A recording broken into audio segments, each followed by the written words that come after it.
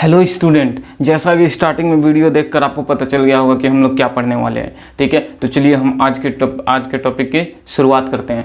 हमारा टॉपिक है electric generator. ठीक है, इससे पहले हम लोगों ने इलेक्ट्रिक मोटर यानी कि डीसी मोटर के बारे में पढ़ाई कर चुकी है।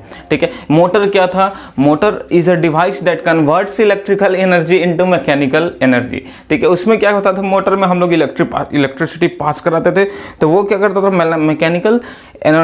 मैकेनिकल एनर्जी क्रिएट करता था। तभी तो मोटर से पानी क्या होता था? मैकेनिकल वे में नीचे से ऊपर की ओर हमारे टंकी में जाता है।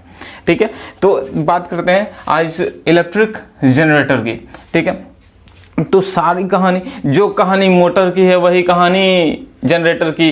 ठीक है, बस थोड़ी सी चेंजिंग है, क्योंकि उसमें हम लोग पढ़े थे फ्लेमिंग लेफ्ट हैंड रूल का यूज किए थे, लेकिन इसमें यूज करेंगे Fleming's right hand thumb rule. ठीक है, क्यों? क्योंकि यहाँ पर इलेक्ट्रोमैग्नेटिक इंडक्शन के बारे में पढ़ते हैं। ठीक है, जनरेटर यानी कि डायनेमो। ठीक है, इसका दूसरा नाम भी क्या है? डायनेमो है। डायनेमो आपने देखा? नहीं देखा? चलो दिखाता हूँ। हमारे ज़माने में ना एक साइकिल आया करती थी। ठीक है, उसके चक्का के पास ना ठीक इसी तरीके का एक डायनेमो लगा होता था। उससे क्या होता था ना कि उसके सामने एक हेडलाइट की तरह लाइट लगा रहता था और वो जलता था। ठीक है, तो लोग क्या करते थे? एकदम तेज़ी से अंधेरे में पैडल को चलाते थे, ताकि जितना ज़्यादा पैडल उतना ज़्यादा रोशनी निकलती थी किससे? बल्ब से। ठीक है, तो वो क्या करती थी? वहाँ भी वही प्रिंसिपल, रोटेशन होता था किसका? कोयल का। किसमें? Between the magnet, and just because of that reason induce current produce होता था। ठीक है, जिससे बल्ब जलती थी। तो देखते हैं हम लोग क्या है इलेक्ट्रिक जनरेटर। ठीक है, बात कर रहे हैं हम लोग एसी जनरेटर की। ठीक है, एसी नाम से ही पता चल रहा है कि इस जनरेटर से क्या होगा? AC current, alternating current produce होगा। ठीक है, तो प्रिंसिपल की बात करेंगे तो प्रिंसिपल क्या है जनरेटर का? Whenever a coil is rotated within a magnetic field, then current is induced. Simple, यही तो हमने पढ़ा है किसमें? इलेक्ट्रोमैग्नेटिक इंडक्शन में। किन्होंने पढ़ाया? फैराडे जी ने बताया, हमने आपको पढ़ाया। ठीक है, तो देखिए ये तो प्रिंसिपल हो गया। अब बात आती है किसकी? कंस्ट्रक्शन की। तो जैसा कि मोटर में हमने पढ़ा था, कंस्ट्रक्शन में वहाँ भी एक क्या था? ABCD एक आर्मेचर कोयल था। ठीक है, कंस्ट्रक्शन में सब कुछ सेम होगा इलेक्ट्रिक मोटर की तरह ही, बस एक जगह डिफर करेगा, वो बताऊंगा। ठीक है, तो सबसे पहले क्या, एक आर्मेचर है ABCD, एक रेक्टेंगुलर आर्मेचर है जिस पर कि क्या? कॉपर वायर का वाइंडिंग किया हुआ रहता है। ठीक है, और ये कहाँ पर रखा रहता है? ये बिटवीन द मैग्नेट्स रखा रहता है। ठीक है, उसके बाद सेकंड आएगा, वो होगा क्या? Slip ring. ठीक है, स्लिप रिंग कौन सा? ये वाला देखो, R1 और R2 है ना, ये स्लिप रिंग है। ये इसका नाम स्लिप रिंग क्यों पड़ा? क्योंकि ये स्लिप करता है। ठीक है, समझो इसको इस तरीके से, ये सपोज स्लिप रिंग। ठीक है, और ये एक्सेल, कौन सा एक्सेल? ये वाला जनरेटर का जो बाहर निकला हुआ रहता है। ठीक है, वो वाला। तो ये स्लिप कैसे? ऐसे करता है स्लिप। ठीक है, मतलब ये स्थिर रहता है एक जगह और ये स्लिप करता रहता है। ठीक है, इसलिए उसका नाम पड़ा स्लिप रिंग। अब देखना, ये जो R1 और R2 स्लिप रिंग है वो किससे कनेक्टेड है? वो कनेक्टेड है B1 और B2। B1 और B2 क्या है? Carbon brush. ठीक है, carbon brush generally it is made up of graphite. ये किससे बना होता है? ग्रेफाइट का बना होता है। ठीक है, एक और बात ध्यान रखना कि ये जो R1 और R2 रिंग होता है ना, स्लिप रिंग, ये क्या होता है? इनसाइड से वो इंसुलेटेड होता है, मतलब कवरिंग चढ़ी रहती है। ठीक है, और आउटसाइड से तो ये कनेक्टेड है ही ब्रश से। ठीक है, अब ये कार्बन ब्रश। ठीक है, B1 और B2 यहाँ पर क्या होता है? एक कार्बन ब्रश लगा होता है जो कि क्या काम करता है? ये कनेक्शन करता है किसके किसके बीच में?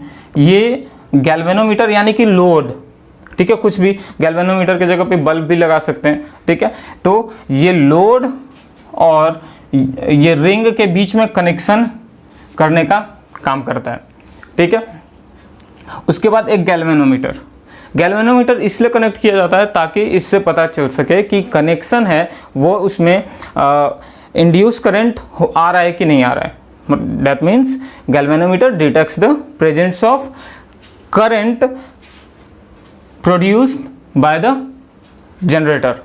ठीक है, तो ये था सारा इसका कंस्ट्रक्शन। अब देखो इसकी वर्किंग की बात करते हैं हम लोग। When this coil is rotated in clockwise direction, ठीक है, अगर ये इसको क्लॉकवाइज डायरेक्शन मूव करेंगे, then arm A B of the coil ABCD will move upward, right. ये AB क्या होगा, अपवर्ड में ऐसे होगा, ठीक है, and CD will move downward, ये CD क्या होगा, नीचे की ओर जाएगा, डाउन की ओर, ठीक है। Then according to Fleming's right hand rule क्या कहता है, place your forefinger in the direction of magnetic field and thumb represents the movement of the coil, then middle finger will gives the direction of induced current, ठीक है, यही है ना Fleming's right hand thumb rule. तो क्या करना है, देखो तो ध्यान से देखना, ये AB ऊपर की ओर आ रहा है मूव, ये फोर्स दिखा रहा है मोशन, ये क्या है direction of magnetic field from north pole to south pole. अब देखो ये जो मिडिल फिंगर है ये बता रहा है किसको, करंट को, किधर से जाएगा A to B, करंट जा रहा है A to B, ये AB is moving upward, then the direction of current is from A to B. Similarly, here we can see that CD is moving in downward. CD is moving downward. That means force applying in downward direction, and this gives the direction of induced current. That means current will flows from C to D. अब इस case में क्या होगा, current C से लेकर D तक पास करेगा, ठीक है। तो यहां पर आर्म CD है वो मूव कर रहा है किधर की ओर, तो मूव कर रहा है downward, right. Then the current will move from C to D, ठीक है। अब देखो ये कब की बात हो रही है, जब ये हाफ रोटेट कर रहा है 0 से लेकर 180 डिग्री तक, ठीक है। समझ में नहीं आ रहा है, चलो समझाता हूं।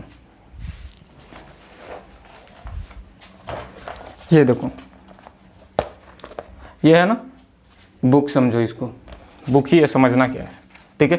तो ये देखो 0 to 80 डिग्री, ये ऐसा ना रेक्टेंगुलर ABCD, ठीक है, कॉइल समझो ABCD। अब 0 to 80 डिग्री का मतलब ये ऐसे मूव हुआ, ठीक है। तो देखो ये जो पोजीशन है इसका, किसका, आर्म का, वो चेंज हो जा रहा है, ठीक है। और चेंज हो रहा है इसकी वजह से क्या, यहाँ पर मैग्नेटिक फ्लक्स बात की थी ना हम लोगों ने, मैग्नेटिक फ्लक्स मतलब क्या, मैग्नेटिक फील्ड लाइंस जो पास होता है, ठीक है, उसमें चेंज होता है, जिसकी वजह से क्या होता है, अल्टरनेटिंग करंट इंड्यूस होता है, ठीक है।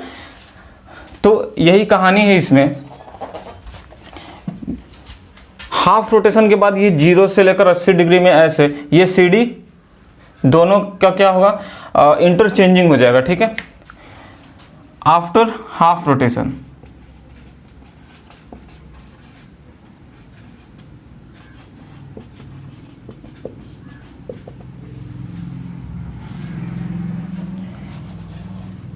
After half rotation the position of AB, arm AB and CD will interchange, वो इंटरचेंज कर जाएगा, ठीक है। अब क्या होगा इस केस में, C आ जाएगा यहाँ पे, D यहाँ, और ये B कहाँ पे आ जाएगा, यहाँ पे, ठीक है, और A यहाँ पे। अब देखो जो CD पहले डाउनवर्ड की ओर मूव हुआ था, अब सेकेंड रोटेशन में 180 से लेकर 360 में पूरा कंप्लीट 1 साइकिल में ये CD अब का क्या होगा, CD मूव करेगा किधर की ओर, अब ये होगा अपवर्ड। ध्यान देना, पहले यही CD मूव किया था डाउनवर्ड, ठीक है। तो यहां पर अब करंट जो पास करेगा किधर, D से C की ओर, D to C मूव करेगा, ठीक है, D to C मूव करेगा। पहले क्या था, C से D, अब क्या हो रहा है, D से C। और ये जो AB है ठीक है, ए बी मूव करेगा, अब किधर, पहले अपवर्ड था तो अब हो जाएगा